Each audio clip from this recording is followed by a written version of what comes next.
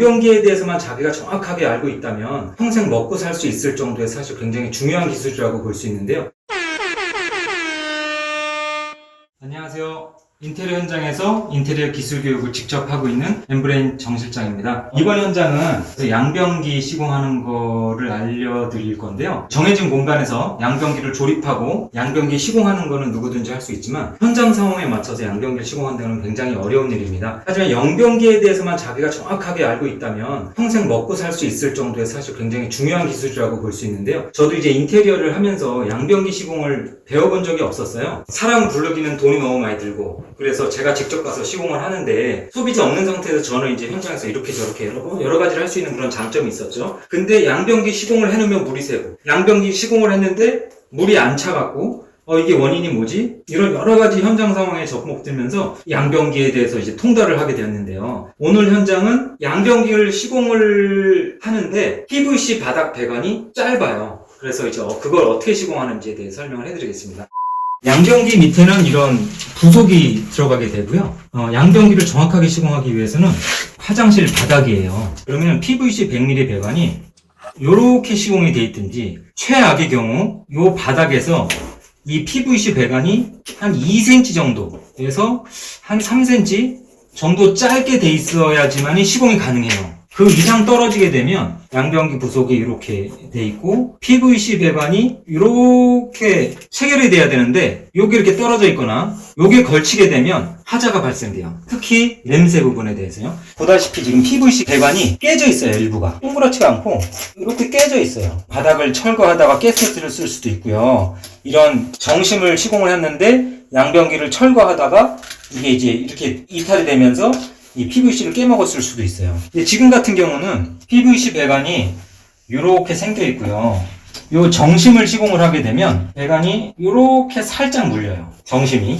이렇게 시공해도 이제 두 가지 문제 중에 한 가지 해결을 못해요. 첫 번째는 여기서 물을 내렸을 때 물은 일로 PVC 배관으로 다 들어가요. 그래서 아랫집으로 대한 누수에 대한 부분은 괜찮습니다. 누수의 부분은 괜찮은데 문제는 두 번째, 냄새예요. 여기 정심에 보면 고무 패킹이 이렇게 있어요. 이 고무 패킹이 PVC에 꽉 물려야 되거든요. 그래야지 냄새가 잡혀요. 근데 여기 같은 경우는 지금 요걸로 양변기를 시공했을 때 보다시피 체결은 됐지만 흔들흔들하죠. 고무 패킹까지 이 PVC 배관이 진입을 못했어요. 그래서 냄새에 대한 부분이 해결이 안 되는 부분이에요. 그래서 이거는 일반적인 설비업자나 위생기 세팅하는 사람이 오면 이걸로 그냥 거의 시공해놓고 갈 거예요. 왜냐면은 이거를 업자한테 설명을 해주거나 뭐 하면은 일이 커지죠. 일반적인 작업보다는 난이도가 있는 거다 보니까 시공을 할 수가 없어요. 그리고 양변기 부속을 또 다양하게 갖고 다니는 설비팀들이 많지 않은 거로 알고 있어요. 아무래도 구하기도 힘들고 그래서. 근데 이번 현장은 정말 다행인 게 양변기를 시공할 수 있는 조건은 돼요. 벽에서부터 30cm가 확보가 됐고요. 이런 상태에서 해결할 수 있는 방법은 이런 롱 정심이 있어요. 일반 정심 부속은 45mm 밖에 깊이가 안 되는데요.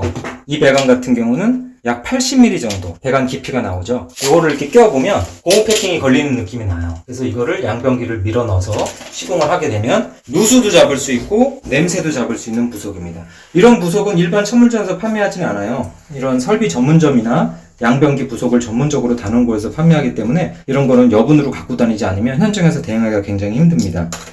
저희는 이누스 대리점이라서 이누스 제품을 많이 사용을 하고 있고요. 가장 저렴하게 욕실 시공할 수 있는 방법은 기본적으로 욕실 한 칸을 시공하게 되면 저희는 기존 벽타리 위에 타일은 덧붙이는 걸 추천드리고 바닥은 방수층까지 쭈꾸미까지 완전히 드러내서 새로 방수를 해서 시공하는 걸 추천드리고 있어요. 나중에 이제 누수가 발생했을 때 책임 소지가 되게 불분명하거든요. 인테리어 업자는 난 방수를 하지 않았다 라고 하면 소비자는 되게 황당할 거고요. 욕실 공사라면 물이 새지 않는다는 건 이제 고객님들 생각이신데 방수를 하지 않으면 물이 셀 수가 있어요. 이렇게 항아리 타입의 양변기가 일반 분들이 시공하기는 조금 까다롭죠. 상황에 따라서 여기다 부속을 달아서 시공하기도 하고요. 부속을 양변기 PVC 배관에다가 얹혀놓고 시공하기도 하는데 경우에 따라 달라서 물을 내리면서 반드시 물이 새는지 확인을 하면서 시공해야 합니다. 롱정심을 양변기에 체결할 거고요. 이건 그렇게 꽉 조이지 않아도 상관없어요. 여기가 이제 양변기 물을 내렸을 때 물이 나오는 공간이거든요. 반드시 양변기 부속을 사용해서 양변기를 시공을 해줘야 돼요. 옛날에는 백세멘트를 이렇게 놓고서 여기 양변기를 시공하기도 했고 뭐 여러 가지 방법으로 시공했지만 반드시 부속이 없는 게는 무조건 하자가 날 수밖에 없어요. 양변기 부속을 반드시 사용을 해야 하고요.